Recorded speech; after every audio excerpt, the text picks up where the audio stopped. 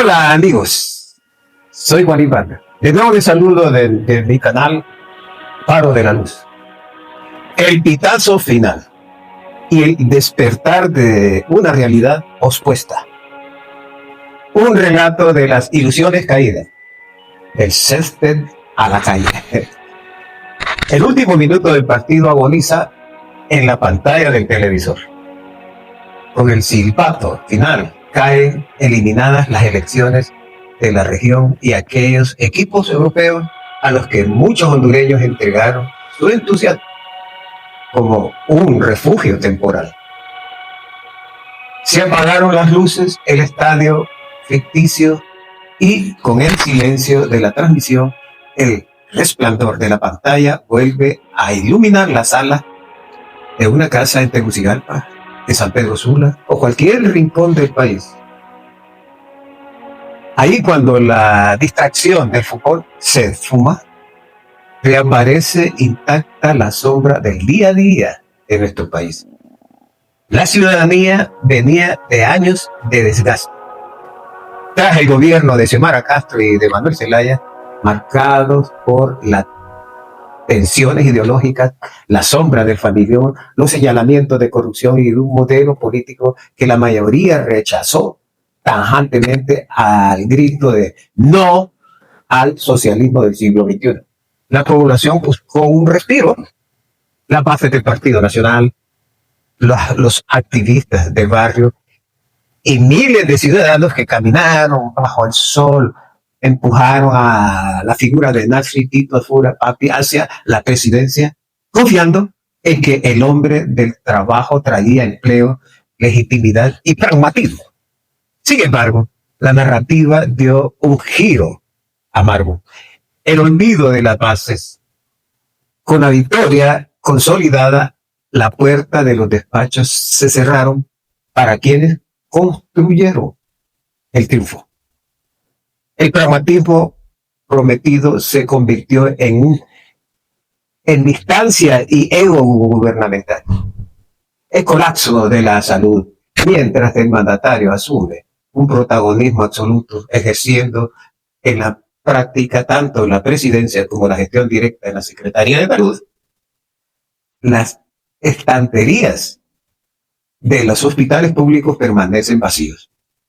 Médicos en huelga y sin salario, profesionales de salud ajustan más de 4 meses sin cobrar, trabajando entre la escasez y la desesperación.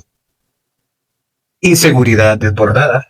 Las políticas públicas de seguridad ciudadana se perciben agotadas o inexistentes, manteniendo a la población bajo el asedio del crimen organizado y la delincuencia común. El sentimiento generalizado es de haber cambiado de actores sin lograr un cambio de rumbo, abriendo las puertas al desencanto político y alimentando el ciclo donde el descontento del presente revive los fantasmas del pasado. Un diagnóstico: los riesgos de la desconexión política social. El panorama descrito dibuja una crisis de representatividad y de gobernabilidad. Ruptura del contrato social con las bases. Ignorar el electorado propio no solo desgasta la figura del mandatario, sino que fractura la estructura partidaria que sostiene la gobernabilidad.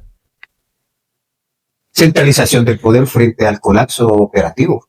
Es decir, asumir funciones directas en carteras complejas como salud, sin resolver la crisis salarial ni el abastecimiento, genera un desgaste directo en la figura presidencial sin solucionar el problema de raíz. Apatía y riesgo de polarización. Cuando los partidos tradicionales fallan en responder las necesidades básicas, el empleo, la salud, seguridad, etc., la ciudadanía cae en apatía o en búsqueda de alternativas que reactivan viejas confrontaciones. ¿Qué se puede hacer? Ruta para ir al encuentro de las demandas sociales. Para cambiar el rumbo y responder con efectividad a la ciudadanía, se requiere un viraje estratégico fundamentado en acciones concretas. Número 1, reestructuración inmediata del sector salud. Es decir, saneamiento de la deuda salarial. Entre otras cosas, priorizar el pago inmediato de los sueldos atrasados al personal médico mediante transferencias directas y reasignación presupuestaria de emergencia, por supuesto. Descentralización del liderazgo técnico. Nombrar un equipo técnico especializado con autonomía en la Secretaría de Salud, permitiendo al Ejecutivo enfocarse en la estrategia macro y no el micro manejo administrativo. Abastecimiento transparente. Es decir, implementar fideicomisos o mecanismos de compra con auditoría internacional para garantizar medicamentos e insumos en los hospitales y en los centros de salud, por supuesto.